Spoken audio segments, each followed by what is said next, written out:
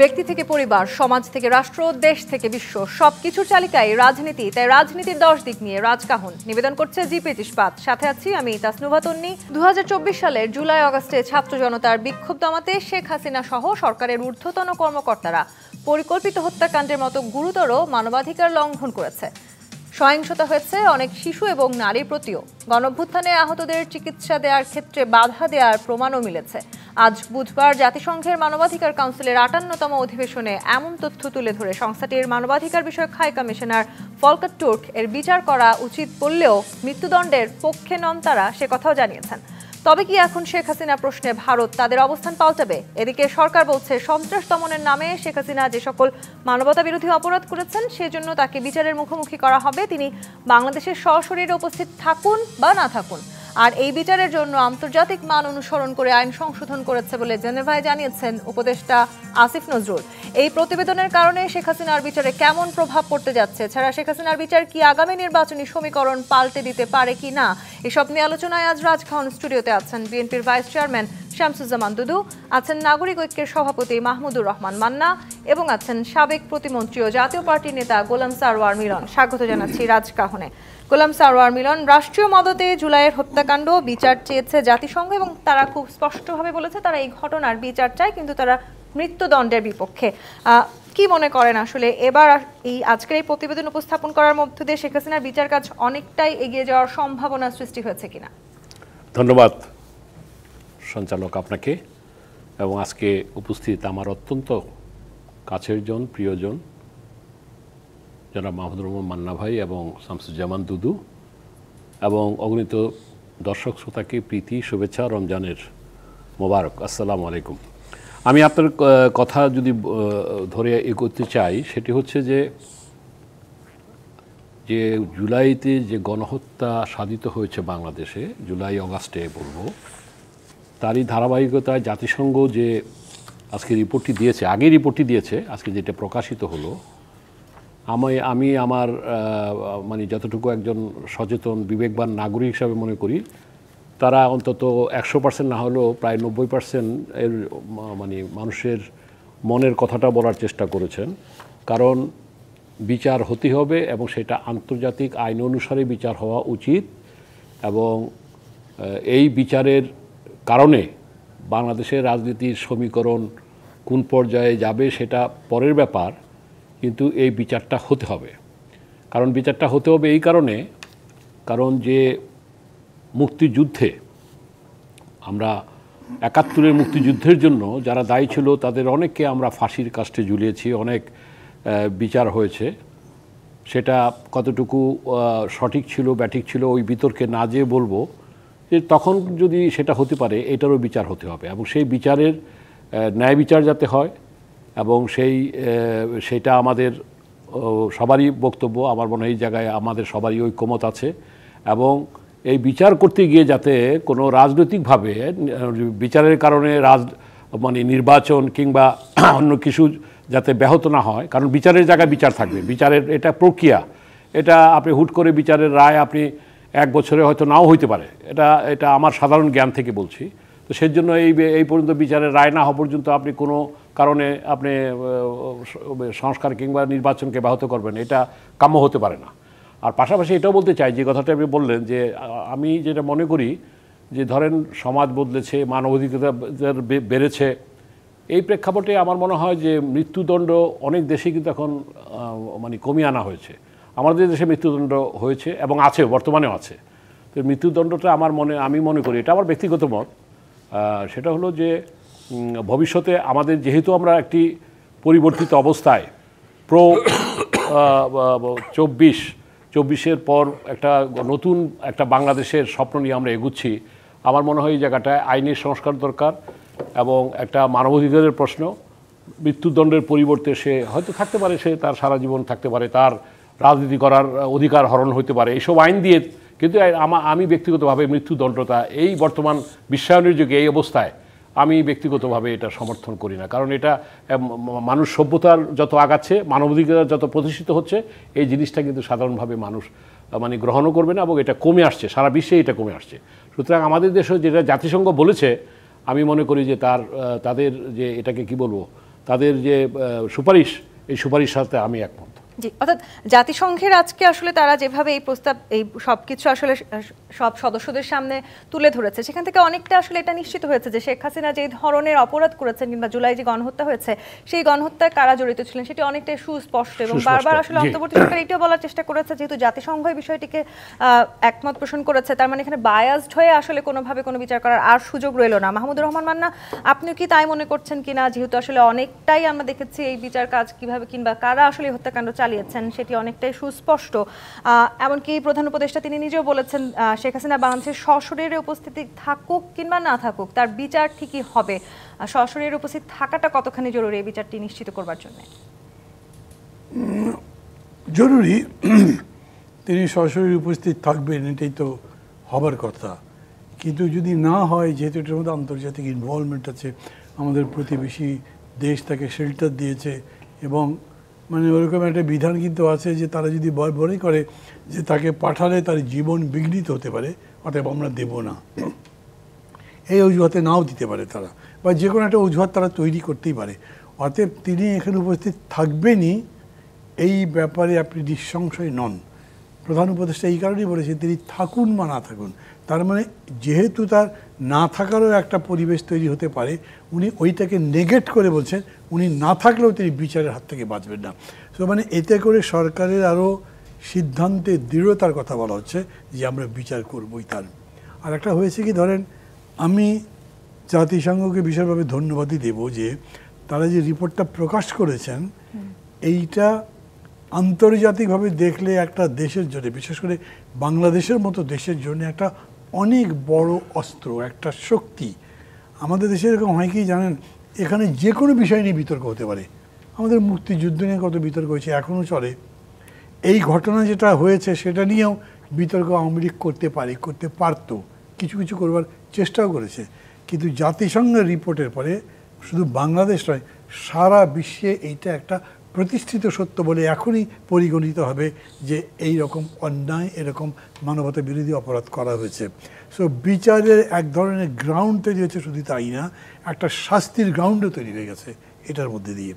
তারা ধরেন ফাঁসির রায়ের বিরোধিতা করেছে, যারা ফাঁসি তারা পছন্দ করে না, এটা তো জাতিসংঘ আগে থেকেই করে না, এটা তাদের চিন্তার ভিত্তিতে করে না। পৃথিবীর বেশ কিছু দেশ আছে, বড় বড় দেশ, গণতান্ত্রিক দেশ, যারা মৃত্যুদণ্ড সমর্থন করে না। ধরেন ব্যক্তিগতভাবে যেমন মিলন বলেছেন, আমি একই কথা বলি, আমার কাছে বলেছি বিরাট একটা অপরাধ করেছে, তারপরে ফাঁসির দড়িতে ঝুলিয়ে টুপ করে মরে গেল সে, ও কিন্তু সাফার করলো না। কিন্তু ওই লোকটাই সারা জীবন যদি ধুকে ধুকে মরে, জেল খাটে, কষ্টটা সে বুঝবে, মানুষও বুঝবে, দেখো কীরকম লাগে। বিশ্বযুদ্ধে, দ্বিতীয় বিশ্বযুদ্ধের বড় বড় অপরাধী, সব নাম বলা যাবে বলছি না, এক একজন কেউ কেউ ধরেন যে 50, 52, 80 বছর পর্যন্ত জেল কেটেছেন এবং জেলের মধ্যে মারা গেছেন। ইতিহাস সাক্ষী তাদের জীবন কত করুণ ছিল, আমরা পড়েছি। আবার এমনটাও শুনতে পাচ্ছি, অনেকে এটিও বলার চেষ্টা করছেন শেখ হাসিনা আসলে যেই ধরনের মানবতা বিরোধী অপরাধ করেছেন সেই অপরাধে গুরু পাপে আসলে লঘু শাস্তি হয় কিনা, তেমন একটি আশঙ্কাও থেকে যায় কিনা। না, আমি এটা লঘু মনে করছিলাম, মানে আমি বলছি ওটা লঘু মনে করছি যে আপনি ফাঁসির রায় দিলেন, ফাঁসিটা কি, এটা তো সেকেন্ডের ব্যাপার, যে ঝুলিয়ে দিয়ে আপনি শেষ করে দিলেন তাকে, তার আর কোনো সাফারিং নাই, মৃত্যুর পরে আবার কী সাফারিং আছে। তো ওই কারণে উনি যদি জীবিত থেকে শাস্তিটা পান, আমার বিবেচনার কথা বলছি, কারো কারো রাগের বশত তিনি মনে করবেন তাকে হত্যাই করা উচিত, মেরে ফেলা উচিত, ফাঁসি দেওয়া উচিত, এই ফিলিংটাকে আমি ছোট করছি না, কিন্তু আমার কাছে মনে হয় ওতে বিষয়টা শেষ হয়ে গেল। কিন্তু এরকম করে যদি হয়, মানে আমরা আপনার বোরম্যান, নাইকম্যান সব অনেকের কথা বলতে পারি, সবার নাম আমার কারেক্টলি মনেও নাই, তারা যে কষ্টটা ভোগ করেছে এটা আমরা পেপারে পড়েছি, দেখেছি, তাদের এক একজনের কী চেহারা ছিল যৌবনে এবং বৃদ্ধকালে তারা কীরকম আছেন, কত যে কষ্ট পেয়েছেন, এগুলো দেখেছি। জেল খাটাটা, মানে আমরা জেল টেল খেটেছি তো ভালো লাগে না খুব, এবং যদি সারা জীবনই জানি যে মৃত্যু পর্যন্ত বেরোতে পারবো না, ওইটার কষ্ট কীরকম হতে পারে আমি একটা ধারণা করতে পারি। এই জন্যে আমি মনে করি ওইটা কোনো খারাপ নয়, এবং এই কারণেই আমি মনে করছি যে ওইটা ঠিক আছে। কিন্তু দেখেন ওদের রিপোর্টের মধ্যে আর একটা জিনিস আছে যেটা আপনি বলেননি, আপনার কাছ থেকে ওই কাগজটা নিয়ে আমি পড়লাম, পড়ে দেখলাম, ওখানে বলা আছে তারা তাই বলে কোনো রাজনৈতিক দলকে নিষেধ, মানে বা কী বলে যে নিষিদ্ধ ঘোষণা করতে নিষেধ করছে তারা। মানে এইটা আমার কাছে একটু কন্ট্রাডিক্টরি লাগে আমার কাছে। কেন এই দলকে আপনি নিষিদ্ধ করবেন না, মানে কি সে দলটা কাজ করবে, রাজনৈতিক দল হিসেবে এক্সিস্ট করবে? এইটা আমাদের সমাজে অসহ্য, মানে এই দেশে অনেক ধরনের সমস্যা তৈরি করতে পারে, আমাদের দেশের স্টেবিলিটি নষ্ট করতে পারে, মূল্যবোধ নষ্ট করতে পারে, আমাদের জনগণের মধ্যে যে একটা সংগ্রামী বিপ্লবী চেতনা, অন্যায়ের বিরুদ্ধে লড়াই করবার এমনকি জীবন দেবার চেতনা, এটাকে ভোঁতা করে দিতে পারে। যে এত কিছু করবে পরে ওরা তো সব ঠিকই আছে, ওরা সব ভোটে দাঁড়িয়ে গেল। তারপরে ভোট বাংলাদেশে যেরকম হয়, কত সব কারণে একেবারে অযোগ্য অপদার্থ দুর্নীতিবাজ লোক পর্যন্ত জিতে যায়। আমরা আমাদের ভোটকে এখনও তো ওই রকম করতে পারি নাই, আর এই রকম ভোটের মধ্যে ওরকম করা খুব সহজও নয়। সেইখানে আপনি পার্টিকে অ্যালাউ করবার কথা বলছেন, যে আমি জানি না ওদের তারা রাজনৈতিক কোনো দলকে নিষেধের পক্ষে নয় এভাবে বলেছে। হ্যাঁ বলেছে, তো এইটা আমি বলছি। তো ওরা যে জার্মানিতে নিষিদ্ধ করলো, ইতালিতে যে নিষিদ্ধ করলো, সেটা তো করতে পেরেছে। তো এদের অপরাধ তো তাদের আমার কাছে কম মনে হয় না। এবং দল নিষিদ্ধ করতে না যদি করেন, তাহলে ওরা ওদের মতো করে দাঁড়িয়ে যাবে এবং একটা গোলযোগ সৃষ্টি করবে, মানুষের মধ্যে হতাশা তৈরি হবে। আমি ওই সিদ্ধান্তের বিরোধিতা করছি। আমি জানি না আমাদের সরকার কী করবে, কিন্তু আমি দেখলাম যে আইন উপদেষ্টা বলছেন যে ওগুলো আমরা আমাদের মতো করে বিচার করব। That is very right. ওরা বলেছে ঠিক আছে, ওরা ওদেরটা বিবেচনায় নিচ্ছি আমি, কিন্তু আমাদের বিবেচনা আমাদের মতো হওয়া উচিত। আইন উপদেষ্টা যে কথাটি বলেছেন, আসলে বাংলাদেশে যেভাবে বিচার প্রক্রিয়া চলে সেভাবে বিচার প্রক্রিয়া আমরা চালাতে চাই। শামসুজ্জামান দত্ত, ঠিক এই জায়গাটিতেই আমি আপনার কাছে আসতে চাই। ভারত থেকে তো আসলে শেখ হাসিনাকে ফিরিয়ে নিয়ে আসতে হবে, বিচারটিকে দৃশ্যমান করতে হলে এবং প্রক্রিয়াটিকে শেষ পর্যন্ত সম্পন্ন করতে হলে এখনো পর্যন্ত ভারতের পক্ষ থেকে আমরা শেখ হাসিনাকে ফেরত পাওয়ার ইস্যুতে কোনো অফিসিয়াল চিঠি বা কোনো অফিসিয়াল বার্তা কিন্তু পাইনি। কি মনে করছেন, কঠিন হতে যাচ্ছে কি সামনে তাহলে শেখ হাসিনাকে ফেরত নিয়ে আসা? আমার কাছে তা মনে হয় না।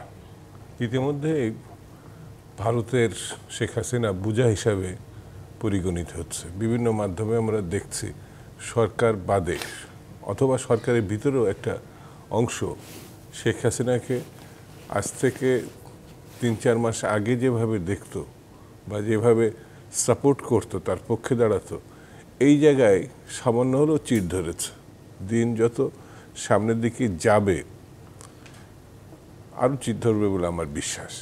কারণ একজন গণহত্যাকারী মানে সব কিছু নির্বিচারে লুট করেছে, নির্বিচারে খুন করেছে, এবং সেটি শুধু বাংলাদেশ বলছে না, জাতিসংঘ, অন্যদের দেশের গণতান্ত্রিক দেশের কথা আমি বাদই দিলাম, তারা তাদের মতো করে কথা বলছে, কিন্তু জাতিসংঘ এই আন্দোলনে না, এই আন্দোলনের আগে থেকেই, যখন গণতান্ত্রিক আন্দোলন, গণঅভ্যুত্থানের আগেও যখন বিরোধী দলগুলোর উপর শেখ হাসিনা অত্যাচার করেছে, গুম করেছে, নিখোঁজ করছে, তখন থেকে কিন্তু গণ আন্দোলনের পক্ষেই জাতিসংঘ ভূমিকা রেখে, এটা আমার কাছে খুব পজিটিভ সেই সময় থেকে মনে হয়েছে।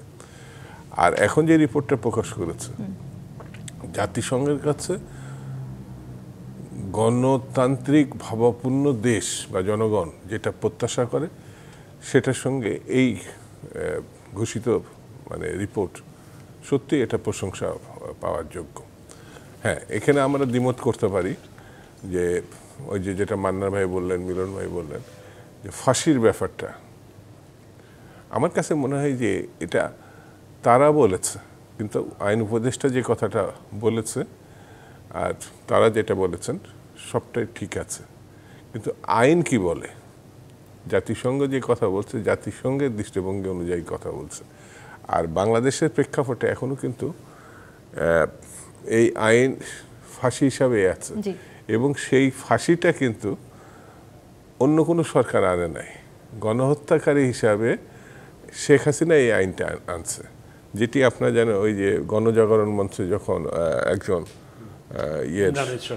হ্যাঁ যাবজ্জীবন হয়েছিল, সেখানে স্লোগান মাধ্যমে সেই সময় গণজাগরণ মঞ্চ থেকে দাবি উত্থাপন করে সেটাকে কোর্টকে বাধ্য করা হয়েছিল তখন এই মানে ফাঁসি দেওয়ার প্রসঙ্গে, এবং যথারীতি পরবর্তীতে ফাঁসি দেওয়া হয়েছিল।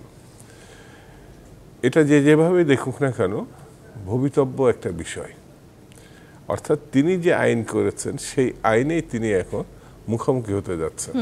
এখন সেই আইনের মুখোমুখি করতে হলে তো তাকে দেশে নিয়ে আসতে হবে, সশরীরে কোনো উপস্থিত প্রয়োজন করতে নেই, হবে। দেশে আসতেই হবে, আর না আসলে বিচার হবে না এরকম কোনো কারণ নাই। বিচারে অনুপস্থিত হতে পারছে, এবং সরকার প্রধান হিসাবে মিস্টার ইউনূস যেমন বলেছেন, আমার কাছে মনে হয় কয়েকজন আইনজীবী, আমি সিনিয়র আইনজীবীদেরও কথা শুনেছি যে তার উপস্থিতি ছাড়া বিচার বন্ধ থাকবে এমন কোনো কারণ নেই। অর্থাৎ বিচার চলমান থাকতে পারে এবং যখন তাকে পাওয়া যাবে সেই সময় তার রায়টা কার্যকর হিসাবে পরিগণিত হবে বলে আমি যতটুকু জানি। তবে এই ক্ষেত্রে বিচার তার অর্ধেক হয়ে গেছে বলে আমি মনে করি। সেটা হচ্ছে তার যে পালিয়ে যাওয়া, গণধিকৃত, সে যে ভয়ঙ্কর একটা হত্যাকারী, এইগুলো এখন আমার দেশে না সারা বিশ্বে জাতিসংঘের মধ্য থেকে আপনার এটা প্রতিষ্ঠিত। সে তো ওখানে যে পালিয়ে আছে, আজকে বিবিসি রিপোর্টে দেখলাম, মানে যেটা দেখলাম আমি, কোথায় আছে এখনো পর্যন্ত কেউ কিন্তু জানে না। তার বড় সন্তান তো ছেলে যেটা আমেরিকায়, সে তো যায় নাই তাকে দেখতে। তার কন্যাটিও সেখানে যায় কিনা কেউ নিশ্চিত করে বলতে পারছে না। ওই জায়গায় সে একেবারেই আড়ালে তাকে রাখাছে। তো এইরকম একটা মানুষকে যেভাবে উপেক্ষা, এমনকি আমার মনে হয় তাকে যে পানি দিয়ে যায় সেও কিন্তু খুব শ্রদ্ধার সঙ্গে পানি দেয় বলে আমার কাছে মনে হয় না। সে যদি জানে যে এটা একটা খুনি, এটা লুটেরা, এরা পলাতক, এটা পালিয়ে আসছে, সেই জিনিসটা, সেই বিচারের যে ব্যাপারটা এসে। আরেকটি কথা আমি আপনাকে বলি এখানে, আমি রাজনীতিতে বাস্তববাদিতার পক্ষে, অর্থাৎ আধ্যাত্মিকতার আমি যাই না, কিন্তু আমার কাছে মনে হচ্ছে বিচার দুই ধরনের। সেই বিচার যখন প্রাতিষ্ঠানিকভাবে করা সম্ভব না হয় তখন একটা আধ্যাত্মিকতার ব্যাপার আছে উপরওয়ালার, যেটি 72-75-এ যে নির্মমতা, যে ভয়ঙ্কর শাসন, সেই বিচারটি করা সম্ভব হয়নি। কিন্তু তার যে পরিণতি, সেটি আপনার আইন দিয়ে তার এই ঘটনা হয়নি। শেখ হাসিনার, মানে আমি নিজে রাষ্ট্রদ্রোহী মামলার মুখোমুখি হয়েছিলাম যে তার পিতার পথ তার পরণ করা লাগতে পারে, সেটাকে আমাকে কি অ্যাটেম্পট টু মার্ডার নাকি এর মধ্যে নিয়ে গিয়ে আমার বাড়ি ভাঙচুর করলো, আমার বেশ সারা দেশে মামলা মোকদ্দমা হল। শেখ হাসিনা এখন যে পরিস্থিতি, সেই সময় যদি বিরোধী দলের নেতৃবৃন্দ যা বলছে একটু যদি তিনি বুঝতেন, যে মানে চেষ্টা করতেন বোঝার, তাহলে আজকে তার এই পরিণতি হতো না। কিন্তু মাহমুদুর রহমান, আপনার কাছে আমি একটা প্রশ্ন রেখে বিরতিতে যেতে চাই। যে কথা বলছিলেন আমাদেরকে শামসুজ্জামান দুদু, কোথায় আছেন সেটি কেউ জানেন না। আবার এই একই প্রসঙ্গে দিল্লি যখন বলেছে তার সিকিউরিটি সম্বন্ধে জানতে চাওয়া হয়েছিল, তারা বলেছেন যে ক্রেসি ইজ সিকিউরিটি, তার মানে তিনি যে কোথায় আছেন সেটি যে কেউ জানে না, সেই হিসাবেই তারা তাকে সিকিউরিটি দেওয়ার চেষ্টা করছেন। এই প্রশ্নের উত্তর নিব, কি করে আসলে সেই সিকিউরিটি দিল্লি দিচ্ছে, এখন আসলে সেই অবস্থান থেকে তারা সরে আসবে কিনা। একটি বিরতির সময় হয়েছে। জি25 প্রাথমিক রাজকাহন থেকে বিরতি নিয়ে ফিরছি, সাথে থাকুন। জি25 প্রাথমিক রাজকাহন দেখছেন। মাহমুদুর রহমান, মানা প্রশ্ন রেখে বিরতিতে গিয়েছিলাম, দিল্লি যখন বলছে সিক্রেসি সিকিউরিটি, তার মানে আসলে এখন তারা তাদের অবস্থান থেকে ফিরবে কিনা? মানে এই জাতিসংঘের রিপোর্টের কারণে? জি না, এই রিপোর্টের কারণে তার অবস্থান থেকে ফিরবে কেন? রিপোর্টের ঘটনা যা বলা হয়েছে এগুলো যে তারা জানতো না তা তো না। আমরা যেমন জানি তারাও জানি উনি এখানে কি কি করেছেন, না জানবার কোনো কথা না। ওনারা জেনে শুনেই তাকে আশ্রয় দিয়েছেন। এই জন্যে যদি কোনো বোঝা তাদের বইতে হয় সেটা তাদের ব্যাপার, বোঝা তো একটা বইতে হচ্ছেই। শেখ হাসিনা ওইখানে কোনোভাবেই একটা মুক্ত জীবনযাপন করতে পারবেন না। সেটা কলকাতা হোক, দিল্লি হোক, লখনৌ হোক, গোয়া হোক, কোনো কিছু যায় আসে না। কারণ তার উপরে যে বিক্ষোভটা আছে, সেই বিক্ষোভ বাংলাদেশের জনগণের যেমন আছে তেমনি ভারতের জনগণের মধ্যেও আছে, পাকিস্তানের জনগণের মধ্যেও আছে। উনি প্রকাশ্যে ঘুরে বেড়ান, তার একটা গুলি করে দিলে কী হবে? হতেই পারে। তো সিকিউরিটি মানে সিকিউরিটি, সেইটা দেওয়ার জন্যে তাকে ফ্রি মুভমেন্টের কোনো সুযোগ ইন্ডিয়ান গভর্নমেন্ট দিতে পারবে না। এই জন্যে তারা যখন সিকিউরিটির কথা বলছে, তার মানে ওনাকে গোপনেই থাকতে হবে, তার অবস্থান সম্পর্কে সবাই জানবে, তা হতে পারবে না। আর যখন আপনি ওরকম করে সিকিউর থাকেন বা রাখতে হয়, তখন তার মানে আপনার নিজের পুত্র সন্তান কন্যাদের যেতে দেবে তারও কোনো সুযোগ নেই। ওই অর্থে শেখ হাসিনা একটা বন্দি জীবনযাপন করবেন এরকমই আমি ভাবি। তারপর এখন ধরেন বিশাল একটা দুর্গের মধ্যে তাকে দিয়েছে, যেটাতে উনি ঘোরাফেরা করতে পারেন, ঘোড়া চালাতে পারেন, এরকম যদি হয়। সেরকম তো হয়নি। যদি ইন্ডিয়ান গভর্নমেন্ট তাকে সেই কমফোর্ট দেয়, সেটা দিলে আপনি প্রশ্ন করতে পারবেন না তাকে যেরকম করে তাকে সিকিউর রাখার চেষ্টা করছে। কিন্তু প্রশ্নটা হচ্ছে, যখন আন্তর্জাতিকভাবে এরকম বলা হলো, তখন ইন্ডিয়া আন্তর্জাতিকভাবে এই জন্যে নিশ্চয়ই নিন্দিত হবে যে এইরকম একটা ক্রিমিনালকে, খুনিকে তারা আশ্রয় দিচ্ছে। সেক্ষেত্রে বাংলাদেশ এবং ভারতের সম্পর্কে আরো বেশি টানাপোড়েন বাড়বে কি? না, বাংলাদেশ এবং ভারতের মধ্যে সম্পর্কের তো কোনো ভালো অবস্থা নাই। আমরা এমনি বোঝাচ্ছি, আমরা বলছি আমরা ভালো সম্পর্ক চাই, আন্তরিকভাবে চাই, কিন্তু তারা যে আমাদের কথা শুনছে না, তারা যে তাদের স্বার্থমতো কাজ করছে, তারা যে আমাদের জনগণের ইচ্ছা আকাঙ্ক্ষার বিরুদ্ধে কাজ করছে, এটা তো সবসময় সত্যি। এটা হয়তো আমি প্রকাশ্যে খুব জোরে বলছি না, কিন্তু মনের মধ্যে তো কষ্ট আছে। কেন তারা তাকে দেবে, শেল্টার দেবে? আমরা তো তাদের বিরোধিতা করে কোনো কিছু করিনি, আমরা ভারতের কোনো স্বার্থ নষ্ট করতে চাইনি। তারা কেন আমাদের এই ইমোশনকে, আমাদের এত বড় আমাদের উপরে যে দুর্নীতি অন্যায়, যে খুন জখম হয়ে গেল, তাকে তারা শেল্টার দেবে গেল? এই সম্পর্ক ভালো হওয়া কষ্ট। যদি তারা ফিরে দেয় তাহলে একটা ব্যাপার হতে পারে, কিন্তু ইন্টারন্যাশনাল ডিপ্লোমেসিতে এমন হতে পারে ভারত একটা বিপদে পড়ে গেছে যে তারা তাদেরকে, শেখ হাসিনাকে তাদের বেস্ট ফ্রেন্ড মনে করছে।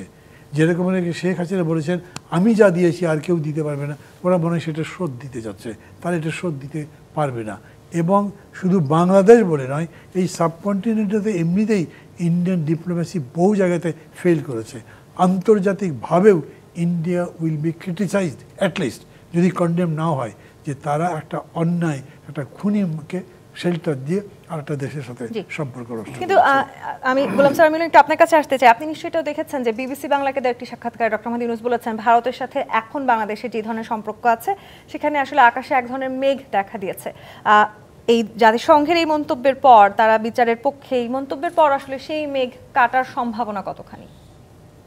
দেখেন, ভারত মানে ভবিষ্যতে ভারতের সাথে বাংলাদেশের সম্পর্ক প্রতিবেশী হিসাবে আমরা পারস্পরিক নির্ভরশীলতা কিন্তু আছে, এবং আমরা মর্যাদার সাথে আমরা তাদের সাথে সম্পর্কটা রাখতে চাই।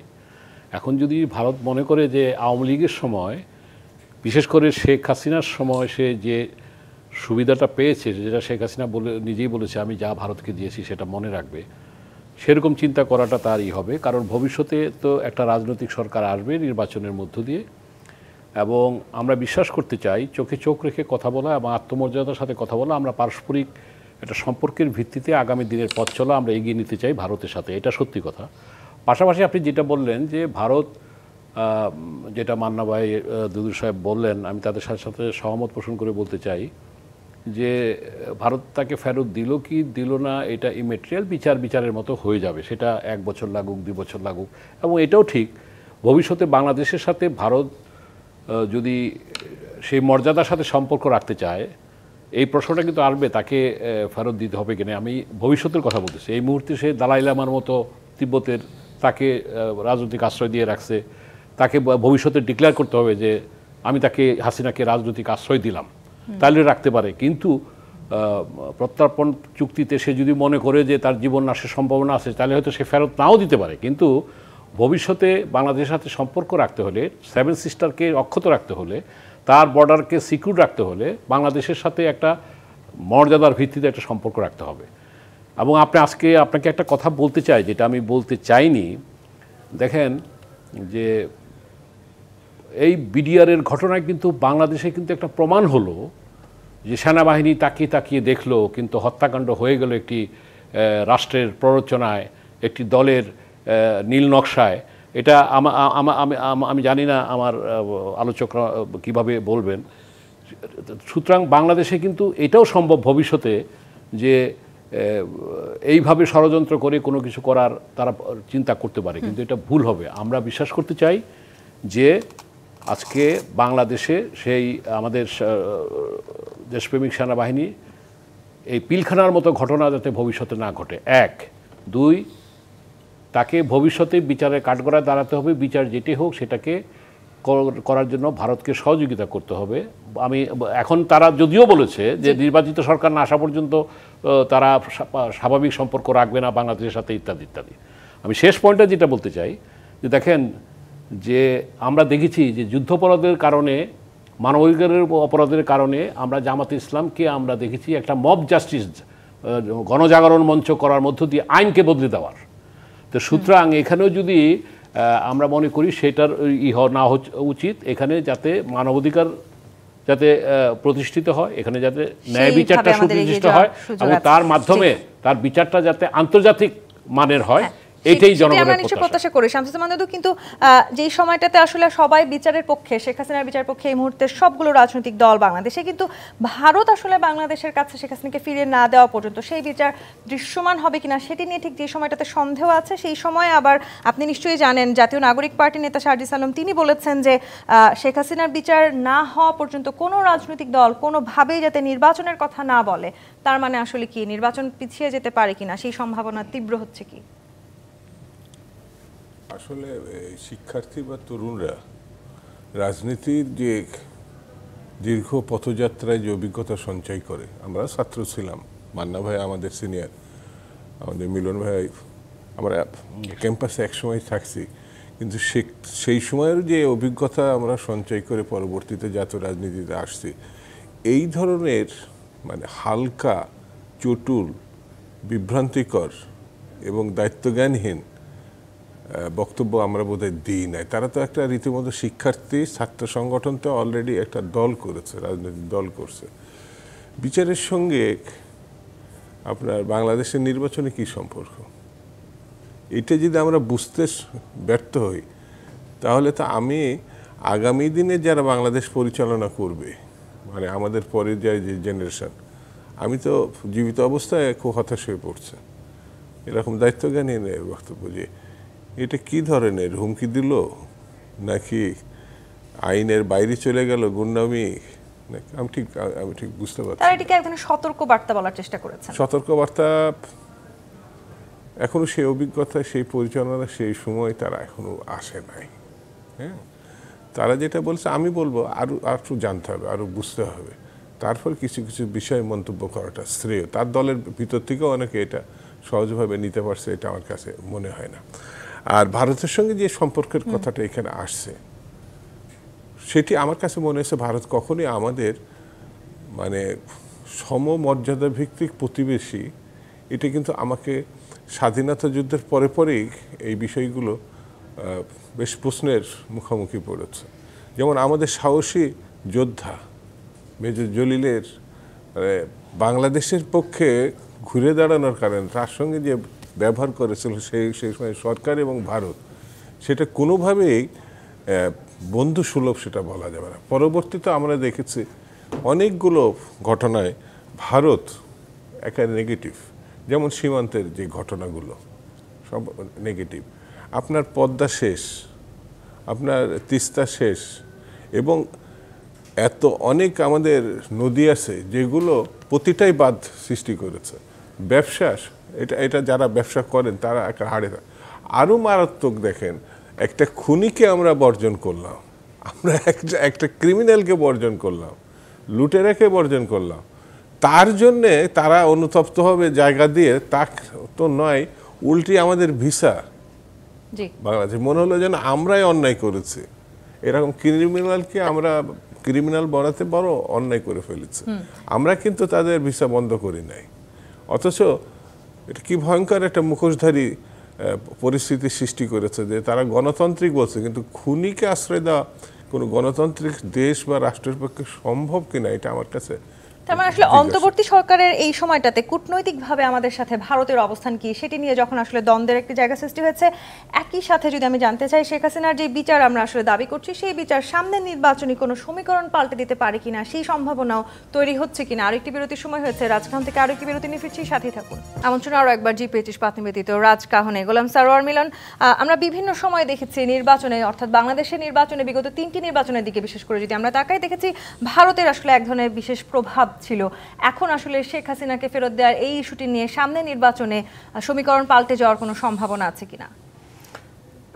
দেখেন, আমি আপনার এখানে বিগত এই 5ই আগস্টের পর প্রায় যতগুলি সুযোগ পেয়েছি, আমি কিন্তু ইনক্লুসিভ নির্বাচনের কথা বলেছি, কিন্তু আমার বর্তমান উপলব্ধি যে দলটি এখন পর্যন্ত মিনিমাম অনুশোচনা করে নাই, ক্ষমা প্রার্থনা করে নাই। কারণ আমি আপনাদেরকে বলেছিলাম, আমি যদি 10 সেকেন্ডে বলি, মোটা দাগে যেটা বলেছিলাম যে 24-এর পার্লামেন্টকে অ্যাব্রো করে দেওয়া, এরা কেউ ইলেকশন করতে পারবে না, যে পার্টির যারাই থাকুক। 1, 2 নম্বর হচ্ছে বিচার কাজটা শুরু করা, বিচারে যেটা হয় সেটা হবে, এবং সেখানে আওয়ামী লীগকে একটা রিকনসিলিয়েশনের মাধ্যমে, ট্রুথ অ্যান্ড রিকনসিলিয়েশনের মাধ্যমে তাদের ভালো লোক যারা আছে তারা সেখানে নির্বাচনে আসতে পারে। কিন্তু এখন যা বুঝছি যে যারা যেই দলটা ক্ষমা চায় না, যে অনুশোচনা ব্যক্ত করে না, বরঞ্চ দেশে একটা অস্থিতিশীল পরিস্থিতি তৈরি করতে চাচ্ছে, তাদের ব্যাপারে চিন্তাভাবনার ব্যাপার আছে, রাজনীতি তারা করতে পারবে কিনা। কিন্তু এটাও ঠিক, ৭১-এর মুক্তিযুদ্ধের পর কিন্তু জামাত ইসলাম প্রথম, আমার মনে হয় মান্না ভাই বলতে পারবে, 1979 সালে পার্লামেন্টে ইসলামিক ডেমোক্রেটিক লীগ নাম নিয়ে তারা বোধহয় 29টা না কটা সিট পেয়েছিল, আমার খেয়াল না, এরকমই হয়তো না, 29টা তো বোধহয় আওয়ামী লীগ পেয়েছিল। তো যাই হোক, তারা তখন নির্বাচিত হয়েছিল। কোনো দলকে নিষিদ্ধ করে, জামাতের নামে না, ইসলামিক ডেমোক্রেটিক আইডিয়াল, আমি ওটাই বলতেছি, ইসলামিক ডেমোক্রেটিক লীগ নাম নিয়ে জামাত সেই করেছিল। সুতরাং এই আওয়ামী লীগকে আমরা কি অন্য কোনো নতুন দল করার সুযোগ দেব? কারণ একটা জিনিস কি দেখেন, জামাত কিন্তু তারা কিন্তু ঠিকই রয়েছে। এই যে আওয়ামী ভাবাপন্ন যারা আছে, যদিও তাদের রাজনীতি এখন তাদের ছাত্রদের ভাষায় বলতে হয় বর্তমানের জন্য অপ্রাসঙ্গিক বলতে পারেন, পরিত্যক্ত বলতে পারেন, আমরা লুটেরা খুনি যাই বলি না কেন, কিন্তু তাদের তো কিছু কর্মী বাহিনী আছে যারা আওয়ামী লীগের একটা ভাবাদর্শে তারা চিন্তা করে। আওয়ামী লীগে কিন্তু ভালো লোক আছে। আমি যেমন ওনার ডাকসুর জিয়ে ছিল, আমাদের খুব সজ্জন ব্যক্তি, যদিও এবার উনি স্বতন্ত্র ইলেকশন করেছেন, আখতারুজ্জামানের একটা উদাহরণ দিলাম, সাবের চৌধুরী কিংবা XYZ এরকম অনেক আছে যাদেরকে আপনি কোনো তাদেরকে এখন যদি তারা আওয়ামী লীগ করতে চায়, করতে দেওয়া উচিত, দলটাকে নিষিদ্ধ করে দিবেন এই ব্যাপারে আমি ওইভাবে মনে করি না। কিন্তু এরা তো কেউ ওই হাসিনার বাইরে কেউ কোনো কথা বলতেই সাহস পাচ্ছে না। কিংবা কেউ যদি বলতো যে আমরা এই ঘটনার জন্য আমরা ক্ষমা প্রার্থী, আমি দুঃখিত, এটা ঠিক হয় নাই, আমরা ভবিষ্যতে নতুনভাবেই করব, তাহলে হয়তো ভেবে দেখা। আমি লাস্ট পয়েন্টটা যেটা বলতে চাচ্ছি, যে সমীকরণ যেটা পাল্টে যাওয়ার কথা বললেন, এখানে যদি আওয়ামী লীগ যদি নির্বাচন না বয়কট করে অথবা তাকে করতে না দেওয়া হয়, যদি একটা ঐক্যমত রাজনীতিবিদদের হবে, কারণ যেটা বিএনপির পক্ষ থেকে বড় স্টেক হোল্ডার হিসেবে বলেছে যে এটা জনগণ সিদ্ধান্ত নেবে। এখন জনগণ ধরেন তারা প্রার্থী দিলেও তারা মাঠে নামতে দিল না, সুতরাং এরকম হইতে পারে। তো সুতরাং এটা যেটা হবে, এখানে আওয়ামী লীগ হয় তাকে কোন একটা পক্ষে যেতে হবে, কিংবা আমরা যারা মাহমুদুর রহমান মান্না, ভারত এখনো আসলে ভারতে বসে শেখ হাসিনাকে বক্তব্য রাখার সুযোগ দিচ্ছে, বিভিন্ন সভা সেমিনারে অংশগ্রহণ করারও সুযোগ দিচ্ছে। তার মানে ভারতের অবস্থান আসলে তাকে ফেরত দেওয়ার ক্ষেত্রে কি হতে পারে, সেটি আমরা হয়তো অনেকেই এক ধরনের চিন্তা করে নিতে পারছি। কিন্তু আসলে যদি শেখ হাসিনাকে ফেরত না দেয়, সেক্ষেত্রে আসলে সামনে ভারতের সাথে বাংলাদেশের যে সম্পর্ক সেটি আরো বেশি কঠিন হবে কিনা, নির্বাচনেও সেই প্রভাব বিস্তার করবে কিনা? কঠিন তো হবেই। সিম্পল কথা যে আই ডোন্ট লাইক ইট, কেন তুমি ফেরত দেবে না? সব কারণ আছে যে তোমার ফেরত দেওয়া উচিত। সে একটা খুনি প্রতিষ্ঠিত, তারপরে ধরেন বিচারের শাস্তি হলো তার প্রমাণিত অপরাধী, তারপর আপনি রাখবেন কিসের ভিত্তিতে? গায়ের জোরে, এছাড়া তো কিছু হতে পারে না।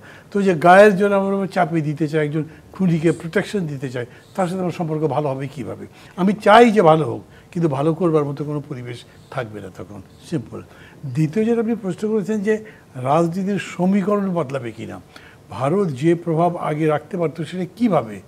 Not through BNP, not through নাগরিক ঐক্য, নট এটা আওয়ামী লীগের মধ্যে দিয়ে রাখতো, অথবা তাদের দোসর যারা ছিল। তো ওই শক্তিটাই তো নাই, ওই প্রভাব ইন্ডিয়া রাখতে পারবে না। পুরো সাবকন্টিনেন্টে, মানে কি আপনি সাউথ ইস্ট এশিয়াতে দেখেন, ইন্ডিয়ার প্রভাব রাজনৈতিক সামাজিক অনেক কমে গেছে। বাংলাদেশে এটি জিরো। আমরা নিজেরা মনে করছি আমাদের চতুর্দিকে ওরা আমাদের প্রতিবেশী, তাদের সাথে আমরা ভালো সম্পর্ক রাখি, সেটা চেষ্টা করছি। ডক্টর ইউনূস সে কথা বলছেন ওপেনলি, কিন্তু একই সঙ্গে ওই যে আপনি বললেন না, বলছেন একটা মেঘ দেখা যাচ্ছে, ওই মেঘ কাটবে কীভাবে? ওই মেঘ তো আরও গাঢ় হবে, ওই মেঘ আরও কৃষ্ণবর্ণ ধারণ করবে, বর্ষণ হবে, গর্জন হবে, এইরকম হওয়ার কোনো বিকল্প নাই। কেন? যে আপনি খুবই ঘোরতর অন্যায়টাই পার্সিউ করে যাচ্ছেন। এখানে ওদের কোনো ইনফ্লুয়েন্স হবে না, রাজনীতিতে তারা নতুন সমীকরণ তৈরি করতে পারবে না, কোনো রকম ইনফ্লুয়েন্সই করতে পারবে না। সবচেয়ে বড় জিনিস হলো কি, ধরেন রাজনৈতিক দল একটা রাজনীতি নিয়ে আসতে হবে, গুন্ডামি করলে রাজনৈতিক দল দাঁড়ায় না। শেখ হাসিনা বক্তৃতা করছেন, কি যে চমৎকার উন্নয়ন হয়েছে, আমার পিয়ন 400 কোটি টাকার মালিক। আপনাকে ব্যাখ্যা করতে হবে না এটার মানে কি। এটার মানে তো আপনি চোর বাটপারদের প্রশ্রয় দিয়েছেন, ও হেলিকপ্টারে করে বাড়িতে যায়। এই কথাগুলো মানুষ জিজ্ঞেস করবে আপনি যখন আসবেন। এই যে ধরেন যে টাস্ক ফোর্সের রিপোর্ট হয়েছে, কী রকম লুটপাট হয়েছে সেটার প্রকাশ্য একটা ডকুমেন্টারি এভিডেন্স আছে, এবং এখন পর্যন্ত ওরা কোনো জবাব দিতে পারে নাই। তো আপনি লুটেরা, আপনি খুনি, আপনি চোর, আপনি সমস্ত অলিগার্কদের এবং মানে নিম্ন শ্রেণীর মানুষকে 400 কোটি টাকা বাড়িয়ে দেওয়ার ব্যবস্থা করেছেন। জি, জনগণের পালস থেকে দূরে চলে গিয়েছিলেন, একেবারে সেখানে আবার ফেরত আসার সময় আসবে কিভাবে আমি দেখি না সব। শামসুজ্জামান দুদু, কূটনৈতিক দক্ষতা প্রয়োজন শেখ হাসিনাকে ফেরত নিয়ে আসতে হলে, কিন্তু কি মনে করছেন এই মুহূর্তে বাংলাদেশের অন্তর্বর্তী সরকারের সেই কূটনৈতিক দক্ষতা, সেই সক্ষমতা আছে কিনা? না, বাংলাদেশে পরিপূর্ণ কূটনৈতিক দক্ষতা আছে। কূটনৈতিক দক্ষতা ভারতের নাই। আমরা ভারতের ভিসা বন্ধ করি নাই, আমরা ভারতকে এখনো পর্যন্ত শত্রু রাষ্ট্র ঘোষণা করি নাই, কারণ আমাদের ব্যাংক খালি করে যে মহিলাটি নিয়ে গেছে তাকে কিন্তু তারা আশ্রয় দিয়েছে, দিয়ে কূটনৈতিক যে উদারতাটা দেখানো সেটার থেকে দৈন্যতাটা তারা দেখিয়েছে। সেই জন্য ভারতের প্রতিটা পদক্ষেপই হচ্ছে গণতন্ত্র বিনাশী পদক্ষেপ, অথচ তারা দাবিদার হচ্ছে গণতন্ত্রের মুখোশধারী। আমার কাছে ব্যক্তিগতভাবে মনে হয়েছে আমাদের অনেক রুগী ওই দেশে যেত, তার মানে এই নয় যে অন্য দেশে যায় না, পার্শ্ববর্তী দেশ বলে এটা যেত, কিন্তু তারা এই মানবিক দিকটাও রক্ষা করে নাই, অর্থাৎ এই ভিসাটাও তারা বন্ধ করেছে। সেই জন্যে আমার কাছে যেটা পরিষ্কার করে আমার কাছে মনে হয়েছে বাংলাদেশের সঙ্গে তাদের না, সার্কের যে একটা কার্যক্রম ছিল সেটা কিন্তু বন্ধুত্বপূর্ণ সকল যে দক্ষিণ পূর্ব এশিয়ার মধ্যে এটা অত্যন্ত গুরুত্বপূর্ণ ভূমিকা রক্ষা করছে। একমাত্র ভারতের অসহযোগিতার কারণে যে এই সার্কটা এখন মৃত, এখন আর তার কার্যক্রম নাই। এমনকি আপনাকে বলি যে কাটাদারে ব্যাপারটা, আমি সম্প্রতি তেঁতুলিয়ায় গিয়েছিলাম এবং আমাদের অঞ্চলও ভারতের সঙ্গে যুক্ত। এটা কত অমানবিক ব্যাপার ধরেন যে আমাদের দেশের লোক নাকি ওই দেশে দল বেঁধে চলে যাচ্ছে। আমার কাছে কিন্তু এটা মনে হয়নি, কারণ মিডল ইস্ট থেকে শুরু করে সারা বিশ্বে আমাদের যে মানুষের যে চাহিদা দক্ষ অদক্ষ শ্রমিকের, সেটা বাদ দিয়ে ওই ভারতের কাজে কামে যেখানে অর্থনৈতিক দিক থেকে আমাদের থেকে কতটা তারা এগিয়ে, সেটাও একটা প্রশ্ন সাপেক্ষ ব্যাপার। সেই জন্য আমার কাছে যেটা মনে হয়েছে কূটনৈতিক দৈন্যতা আমার না, বরঞ্চ আমাদের উদারতা এখনো পর্যন্ত ভারতের সঙ্গে মিশে। এই ইস্যুতে ভারতকেই আসলে প্রথমে পদক্ষেপ নিতে হবে, এগিয়ে আসতে হবে। ধন্যবাদ শামসুজ্জামান দুদু, ধন্যবাদ মাহমুদুর রহমান মান এবং গোলাম সরোয়ার মিলন আজকে রাজকাহনে সময় দেওয়ার জন্য। আজকের মতো বিদায় নিচ্ছি। জি25 পাত নিবেদিত রাজকাহন থেকে ফিরবো আগামীকাল রাত 10টায় নতুন রাজকাহন নিয়ে। ডিবিসির সঙ্গেই থাকুন।